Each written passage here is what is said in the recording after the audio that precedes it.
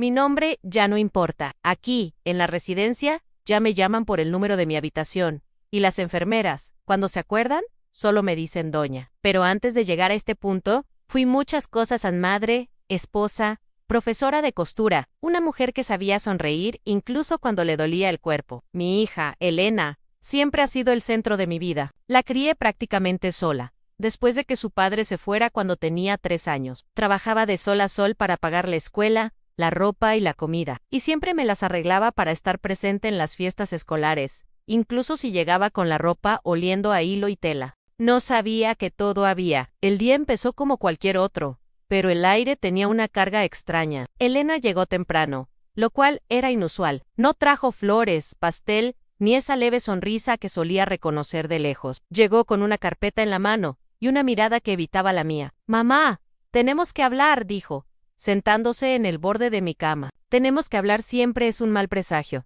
Ya lo sabía. Le agarré las manos frías, pero las apartó rápidamente, como si el roce fuera un peso. «¿Sabes que te quiero?», empezó, mirando al suelo, «pero la vida es tan ajetreada. Carlos y yo viajamos mucho. ¿Y tú? Necesitas más cuidados de los que puedo darte». Sentí un escalofrío recorrerme el cuerpo. «¿Cómo que más cuidados? Puedo arreglármelas sola, mamá», suspiró. «No se trata de arreglármelas, se trata de tener compañía, gente capacitada o cercao.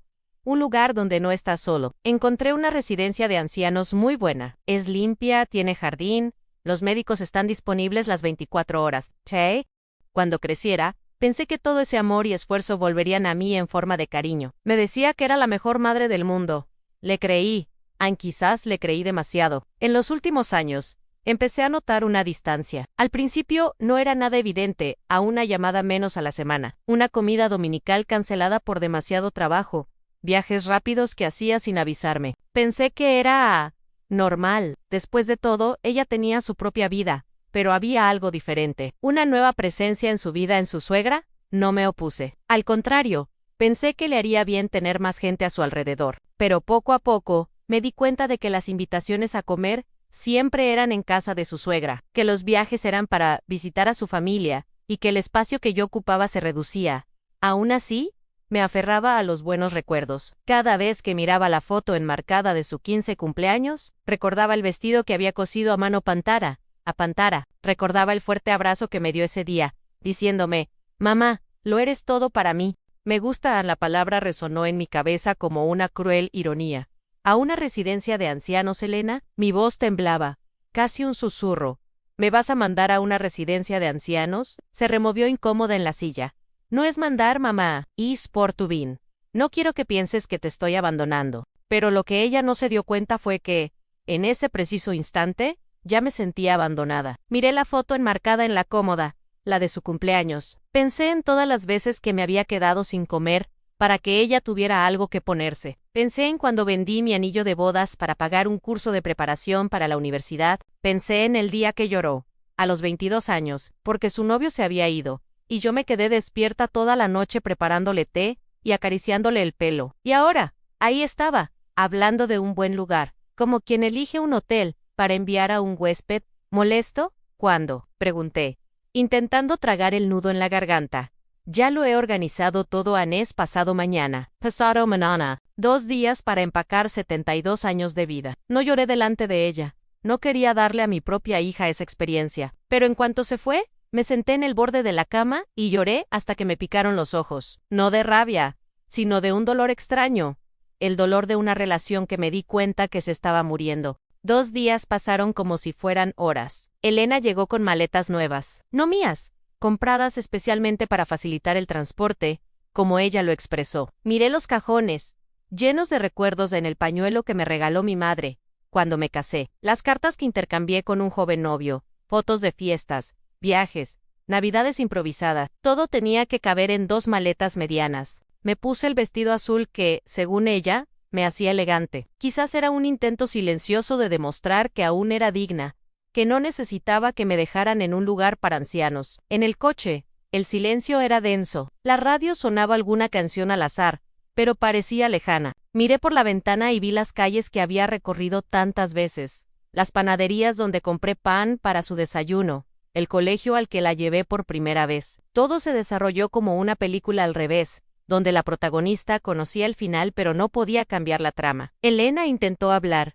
pero sus palabras salieron como formalidades. Te gustará, mamá. Hay un jardín enorme, y otras señoras con las que charlar ante hará bien. Bien por mí, tragué saliva con dificultad. Pensé que bien por mí habría sido seguir viviendo en mi casa, con mis cosas, con mis recuerdos. Bien por mí habría sido que mi hija me visitara los fines de semana, tomando café en la cocina donde creció. Con cada kilómetro, mi pecho se hacía más pesado. Quería decirle algo, decirle que se rindiera, pero mi orgullo me silenciaba. Si ella creía que estaba bien, no sería yo quien, con mi voz temblorosa, la convenciera de lo contrario. Cuando llegamos, vi la alta puerta pintada de verde. Dentro, un hermoso jardín. En efecto, con rosales y bancos de madera, pero lo que más me llamó la atención fueron las ventanas. Algunas estaban abiertas, con rostros pálidos observando, otras cerradas, como si intentaran esconderse del mundo. Una amable enfermera vino a recibirnos, pero ni siquiera su sonrisa logró romper el hielo en mi pecho. Elena firmó unos papeles, nos entregó nuestras maletas y antis du jour. Me dio un abrazo rápido. No fue un abrazo largo, no de esos que curan, fue un roce breve, casi impersonal. Te visitaré la semana que viene, mamá. Te lo prometo. Vi cómo se alejaba su coche hasta que desapareció tras la curva. Y entonces me di cuenta en el mundo puede seguir girando. Pero cuando alguien te deja en un lugar así, una parte de ti deja de girar. La primera noche no dormí. La habitación tenía 2 camas en la mía, y la de la señora Celina, una mujer de 84 años, delgada como una ramita seca, pero con la mirada alerta. Me miró al entrar, me saludó con la mano, y volvió a bordar un trapo de cocina con puntadas irregulares. El olor del lugar era una mezcla de desinfectante y sopa recalentada. Se oían voces bajas en los pasillos, pasos arrastrados y, de vez en cuando, un grito ahogado proveniente de alguna habitación. La enfermera me mostró dónde estaban el baño, la cafetería y la sala común. Habló con esa voz ensayada, como si hubiera repetido ese discurso cientos de veces a otros recién llegados. Aquí es seguro. Señora, se adaptará rápido. Pero la adaptación no es algo que se impone, es algo que se construye. Y yo no estaba lista para construir nada allí. A la hora del desayuno me senté sola. El pan estaba seco, el café aguado. Pero lo que más me molestaba no era la comida, sino el silencio. Algunas mujeres hablaban en voz baja, pero había una tristeza escondida tras cada mirada. Doña Celina rompió el hielo. Eres nueva aquí, ¿verdad? Asentí. Bueno, acostúmbrate. Aquí aprendemos a esperar la medicina, la hora de comer, la hora de la visita, que a veces no llega. Esa frase resonó en mi cabeza. El segundo día caminé por el jardín. Era hermoso, sí, pero rodeado de altos muros. No podía ver mucho del mundo exterior, solo las copas de algunos árboles y el cielo. Al pasar, una mujer me llamó desde la ventana. ¿También viniste porque la familia ya no tenía tiempo? No respondí. Solo sonreí, porque cualquier respuesta sonaría a confesión. Por la anoche, tumbada en la cama, oí la respiración agitada de doña Celina. Sentí una soledad tan profunda que me pesaba físicamente, como un peso en el pecho. Era solo el segundo día. Guay, ya lo sabía. El manicomio no era una prisión. Pero había algo que dolía más que los barrotes al saber que te dejaban allí no por necesidad, sino por conveniencia. La primera semana transcurrió lentamente, como si cada día tuviera más horas de las que debería. Contaba los días que faltaban para la visita de Elena. Me había prometido, la semana que viene, mamá, vuelvo. El domingo, me desperté temprano, me perfumé, me arreglé el pelo, y me puse el vestido azul. Me senté en el banco del jardín, mirando la verja, como una niña que espera a que su madre la recoja del colegio. El reloj marcó el mediodía, luego las 3, luego las 5. La enfermera vino a anunciar que el horario de visitas había terminado. Intenté sonreír, como si no me importara, pero por dentro sentí una lágrima. Quizás llegaba tarde, quizás había ocurrido algo urgente. Quería creerlo. El domingo siguiente, la misma escena, esperé en el banco. La verja seguía cerrada, con cara simana. La esperanza disminuía un poco, y con ella, la paciencia. Empecé a darme cuenta de que, en la residencia de ancianos, las visitas son raras. Algunas mujeres no han tenido a nadie en casa durante años. Otros tienen hijos que llegan en Navidad.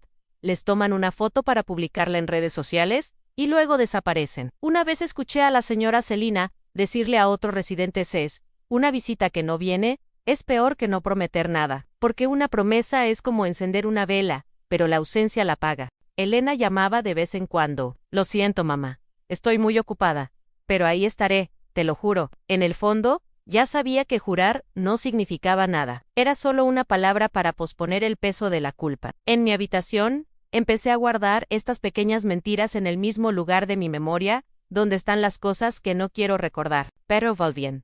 Sobre todo, por la noche, cuando todo estaba en silencio y solo podía oír los latidos de mi corazón, pesados, lentos, cansados. Era martes por la tarde. Estaba en la sala de televisión de la residencia, junto con otros 5 residentes, viendo un programa cualquiera. La televisión era nuestra única conexión con el mundo exterior, un mundo que parecía tan lejano como un sueño. Una de las cuidadoras estaba a mi lado, jugueteando con su celular. De repente, se rió y dijo, «Mira esta foto. Mi amiga está en Gramado. ¡Qué lugar tan bonito!».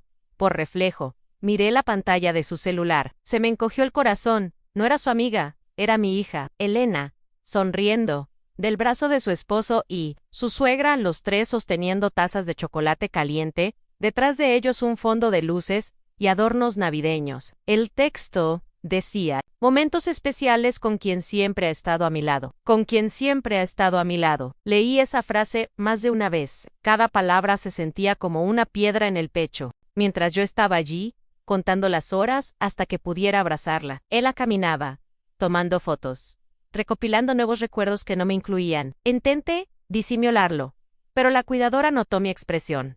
Lo siento, señora, no sabía que era su hija.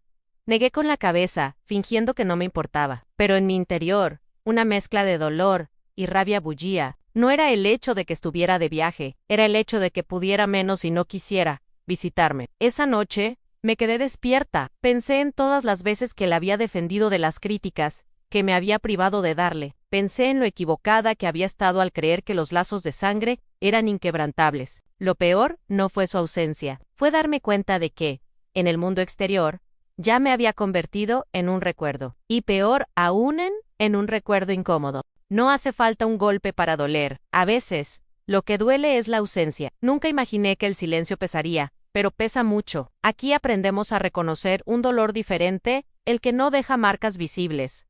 Las heridas invisibles son cortes que no sangran, pero que arden cada día. Es la silla vacía el domingo. Es el teléfono que no suena. Es el tal vez que nunca se convierte en un sí. Empecé a observar a los demás residentes con más atención. Doña Zuliaid, por ejemplo, siempre se peinaba antes de las visitas, algo que casi nunca ocurría. El señor Amadou guardaba chocolates para dárselos a sus nietos, pero nunca venían a recogerlos. Vi en estos gestos la misma frágil esperanza que aún luchaba por sobrevivir dentro de mí. Empecé a preguntarme, ¿es realmente suficiente el amor? Pasé mi vida creyendo que si era una madre buena, dedicada y presente, mi hija nunca me abandonaría. Pero la vida, dura e implacable, me enseñó que la gratitud no es garantía, que hay quienes reciben amor como si fuera una obligación, sin pensar jamás en corresponder. No digo que mi hija no me quisiera, creo que sí, pero quizás su amor tenga fecha de caducidad, o haya cambiado de forma, y aún no he aprendido a lidiar con ello. En las noches más difíciles me pregunto, ¿hice algo mal? ¿Fui demasiado dura en algún momento? ¿Le enseñé a ser independiente hasta el punto de dejarme atrás? No encuentro respuestas. Quizás porque algunas preguntas solo existen para acompañarnos en la soledad. Fue una mañana de invierno cuando toqué fondo. El frío se colaba por las rendijas de la ventana y la fina manta no me abrigaba. Doña Celina dormía profundamente. Su pequeño cuerpo casi desaparecía bajo las sábanas. Yo estaba despierta, abrazada al portarretratos con la foto del 15 cumpleaños de Elena. Pasé el dedo por el cristal, recorriendo su rostro en la foto. Era como tocar un fantasma, alguien que ya no existía tal como lo recordaba. Afuera, el viento soplaba entre los árboles del jardín, y el susurro de las hojas parecía un susurro de despedida. Fue entonces cuando me di cuenta, no solo mi hija me había abandonado en esa residencia, también me había abandonado todo lo que había sido antes a la mujer activa, la madre necesaria, la persona que aún tenía un lugar definido en el mundo. Sentí un vacío tal que casi me engulló por completo. Por un momento, pensé que sería más fácil no despertar al día siguiente. No era un deseo de morir, era solo el deseo de dejar de sentir. La chispa llegó en un día que parecía como cualquier otro. Era miércoles por la mañana, el sol se filtraba tímidamente por las ventanas de la cafetería, y yo estaba sentada sola, tomando un café aguado, absorta en mis pensamientos. Fue entonces cuando doña Celina se acercó con una sonrisa discreta y un trozo de tela en las manos. ¿Sabes bordar?, preguntó Bordar. Hacía años que no cogía una aguja. Sí, respondí, casi avergonzada. Me entregó la tela y el bastidor. Entonces ayúdame. Ya no veo bien. Quiero terminar este paño de cocina antes del cumpleaños de mi nieta. Tomé la aguja con dedos ligeramente temblorosos, y al pasar el hilo por la tela, sentí algo extraño, como si, por un instante, hubiera vuelto a casa, sentada a la mesa, cosiendo vestidos para Helena. Pasamos toda la mañana juntas, y otras mujeres se acercaron curiosas. Pronto éramos 5, cada una contando historias mientras bordamos. Había una complicidad silenciosa. Todas sabíamos que no podíamos cambiar nuestro lugar, pero sí podíamos elegir cómo pasar nuestras horas. En los días siguientes, empezamos a reunirnos en el jardín. Uno trajo agujas, otro telas, otro hilos de colores. Incluso apareció el señor Amadeu, diciendo que sabía tejer a ganchillo mejor que muchas mujeres.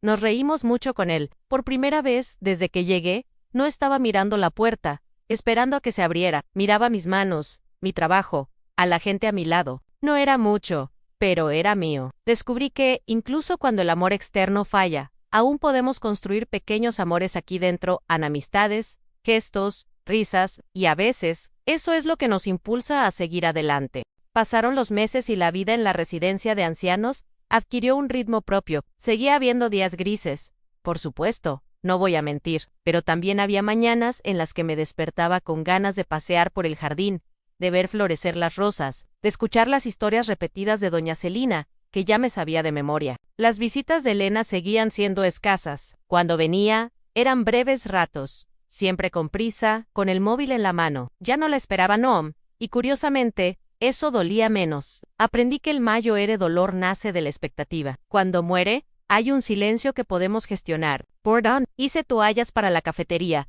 fundas de almohada para las habitaciones, incluso un mantel con flores azules para la enfermera, que siempre me atendió con paciencia. Descubrí la satisfacción de crear algo bello, aunque fuese sencillo, y dejarlo ser para los demás. Un día, una niña vino a visitar a su abuela, y quedó fascinada con mi bordado. Me preguntó si podía enseñarle. Sus ojos brillaban como los de Elena cuando era niña. Le enseñé puntada a puntada, y cuando terminó, me abrazó. Fue un abrazo largo y sincero, como no había recibido en años. Esa noche, me di cuenta de algo en el mundo me ha quitado mucho, pero no me ha quitado mi capacidad de dar. Y mientras pueda ofrecer un gesto, una sonrisa, una lección, todavía tengo un papel que desempeñar. No sé cuánto tiempo me queda, pero sé que, incluso entre estas paredes, aún puedo cultivar pequeñas flores en la tela, en el jardín y, quién sabe, en el corazón de alguien. Y cuando pienso así, me doy cuenta de que quizás esta sea la forma más silenciosa y hermosa de libertad, en aceptar donde estamos, pero nunca dejar de compartir quiénes somos. Esta historia nos muestra que nunca conocemos a nuestros hijos ni sus capacidades. Gracias por verla. Deja tu comentario. Suscríbete al canal. Que Dios les dé paz a todos.